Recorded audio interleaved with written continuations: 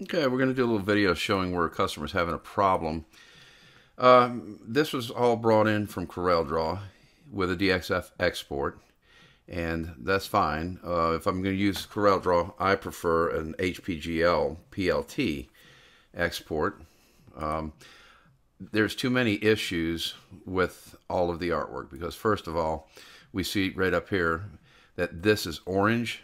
This orange text is bad. That means it says that open paths were not offset. So there are open paths somewhere. Now finding them, that's a trick all to its own. But again, we see there's an error here. So this is probably not going to cut correctly. So we're going to start from scratch, and we're going to go in and just isolate one sign. And this one here seems to be okay. So I just did an export. I went to File, Export, and used the PLT HPGL plotter file and called it Cowboys. All right, so that's simple enough. Then we're going to come over here and start a new job. And first of all, if you see, the machine is gray and this little blue area is the material. So the material is not going to be big enough. So we're going to have to go to Job Options and make the material bigger. So let's just say 48 by 48, a half a piece of steel. Thickness of material doesn't really matter. Rapid clearance 1.5, that's okay. And hit OK. So now we have a big piece of metal. We can put this on and cut.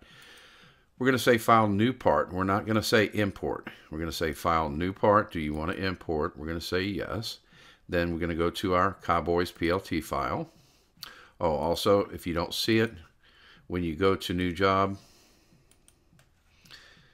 and you go to New Part and say yes, if you don't see the file, you got to come down here and change it from whatever it's on to either DXF or HPGL. So we're going to hit HPGL and bring it in, say 1 to 1, lower left, and there it is, brings it in. Then we're going to take our C tool and define our layers. I'm going to hold my control key down, not to shift, but to control, and I'm going to start selecting these letters. Okay, once I have them all selected, I'm going to right click, move to layer, new layer, and call this layer 1, letters. You can call it anything you want, but just going to keep it simple. Okay, I'm going to right click, left click, move to layer, new layer 2. Come down here, right click, or left click, right click, should I say. New layer 3. And on the very last one, left click, right click, move to new layer, and we'll call it outside. We can call it anything we want. The reason we split these up, so if we get an error, we know which part of the drawing is causing the error. If we just selected it all and tried to do it off of just one layer, we'd have no idea where the problem was coming from. So it helps to isolate the problem. Now we're going to come to our little icon and start doing our plasma process. Everything's going to be inside offset except the last cut. Last cut will be outside. Okay, we're going to go to our first layer. Now never use the default where it comes up and says default or pen. We always want to use the layers that we name. So the first one was letters. Okay, hopefully you got your tools set up right. Here I'm using 14 gauge 40 amp. Now, just so everybody knows, I never cut 14 gauge with 40 amps. It's too much amperage. So anything 14 gauge and thinner, I use 30 amp, and you have to set those tools up. Those tool settings are not in your Thermodyne book. So you'll have to contact me and I can give you the tool settings for 30 amps, but I recommend getting 30 amp tips for 14 gauge and lower. Anything thicker than 14 gauge, like 12 gauge, then go to 40 amps. And you'll get a lot better cuts, a lot finer detail. It's almost like using fine cut consumables. Okay, next we want arc on lead-ins and lead-outs. And since I normally go 1/4 inch, but we're going to go 0.2 on this because some of the detail on some of his other signs are pretty small. Sometimes the lead-ins can cause problems because the lead-in is too big to get in those little areas. So certain areas that are real small in detail, you might have to say no lead-in and just live with it. Because if your area is not big enough that you're cutting to have a lead-in, you just can't have it. Okay, so we're going to say okay. And as we can see, there's no errors. Everything's blue with white text. There's no orange here anymore. And there's no warning signs up here. So that's good.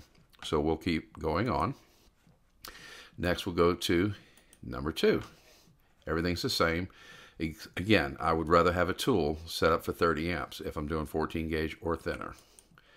Okay, no problems there. Again, everything is no orange and no red. Now, if you orange means you got problems, you got to fix it. If it's red, it means it's bad and don't even try, because it's not going to work. And orange usually doesn't work properly either. So orange is bad, red is horrible.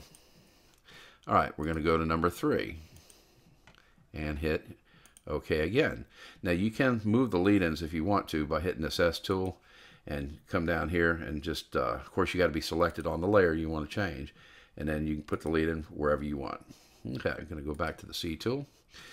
All right, we're going to do the last one, but the last one's going to be an outside offset. That's the very last cut, and we're going to say outside and hit OK. And there we go again. So everything looks pretty good. If I want to change this lead in, I just select the layer, come to the S tool, and then come put the lead in wherever I want. So let's say I want to put it right there. There we go. And we're pretty much ready to go. At this point, just make sure that you have the right post-processor. Go to Machine, Post-Processor, and make sure that you're not...